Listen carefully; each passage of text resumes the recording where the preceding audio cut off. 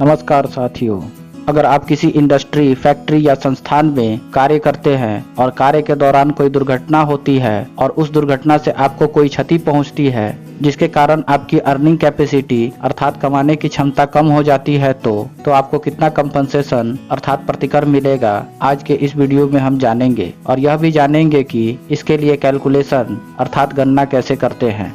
अगर कोई एम्प्लॉय किसी इंडस्ट्री, फैक्ट्री या संस्थान में कार्य कर रहा है और कार्य के दौरान कोई दुर्घटना होती है जिसमें कि उस एम्प्लॉय को क्षति पहुंचती है, जिससे कि उसका शरीर का कोई अंग कट जाता है या काम करना बंद कर देता है, जिसकी वजह से वह एम्प्लॉय की अर्निंग कैपेसिटी अर्थात अर्जित करने की क्षमता कम हो जाती है, तो इसे परमानेंट पार्शियल डिसेबलमेंट अर्थात अस्थायी आंशिक निशक्तता कहते हैं। और इस स्थिति में उस एम्प्लॉय को जिसको क्षति पहुंची है कितना कंपनसेशन अर्थात प्रतिकर मिलेगा, इसका प्रावधान एम्प्लॉयज कंपनसेशन एक्ट 1923 के सेक्शन 4C में दिया हुआ है। तो आइए पहले हम सेक्शन 4C को देखते हैं।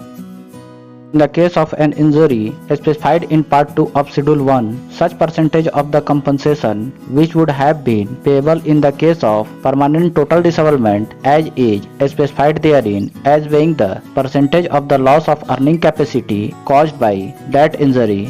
And in the case of an injury not specified in Schedule 1, such percentage of the compensation payable in the case of permanent total disablement as is proportionate to the loss of earning capacity as assessed by the qualified medical practitioner permanently caused by the injury. इस प्रकार section 4C के अनुसार अगर कोई employee permanent partial disable हो जाता है और उसकी कार्य क्षमता जितनी प्रतिशत कम होती है, जैसा कि इस एक्ट के शेड्यूल 1 पार्ट 2 में दिया हुआ है, उसी के हिसाब से गणना होगी जैसा परमानेंट टोटल डिसेबलमेंट में होता है। और अगर ऐसा क्षति जो शेड्यूल 1 में नहीं दिया हुआ है, वैसी स्थिति में क्वालिफाइड मेडिकल प्रैक्टिशनर के द्वारा असेस्ड अर्थात आकलित की जाएगी। एम्प्लॉयज कंपनसेशन एक्ट 1923 के शेड्यूल 1 पार्ट 2 में आप देखेंगे तो वहां आपको यह देखने को मिल जाएगा कि अगर किसी व्यक्ति के कार्य के दौरान हुई क्षति से अगर कोई अंग कट जाता है या काम करना बंद कर देता है तो उसकी अर्निंग कैपेसिटी अर्थात अर्जित करने की क्षमता कितनी प्रतिशत कम हुई है, यह दिया हुआ है। तो अगर एम्प्लॉय का जितना प्रतिशत अर्निंग कैपेसिटी अर्थात अर्जित करने की क्षमता कम हुई है, वह परमानेंट टोटल डिसेबलमेंट का उतना प्रतिशत होगा। तो चलिए इसको इस प्रकार से समझते हैं। मान लीजिए एक व्यक्ति जिसकी उम्र 30 वर्ष है और वह 20,000 रुपये महीने पर कार्य करता है और कार्य के दौरान एक दुर्घटना होती है जिसमें कि मशीन से उस व्यक्ति का हाथ का अंगूठा कट जाता है। तो देखते हैं कि इसे कितना कंपनसेशन अर्थात प्रतिकर मिलेगा। तो अगर कोई एम्प्लॉय परमानेंट टोटल डिसेबल हो जाता है तो एम्प्लॉयज कंपनसेशन एक्ट 1923 के सेक्शन 4B के अनुसार उसे 60% कंपनसेशन मिलता है। तो पहले हम इसे निकालेंगे। इस समय गवर्नमेंट के नोटिफिकेशन के अनुसार वेजेज का जो मैक्सिमम सीलिंग लिमिट है वह 15,000 है। अर्थात अगर किसी एम्प्लॉय का वेजेज 15,000 से अधिक भी है तो उसकी गणना 15,000 पर होगी, किंतु अगर उसका वेजेज 15,000 से कम है तो जो वेजेज होगा उस पर उसका गणना होगा। तो 15,000 का 60% होगा 9,000।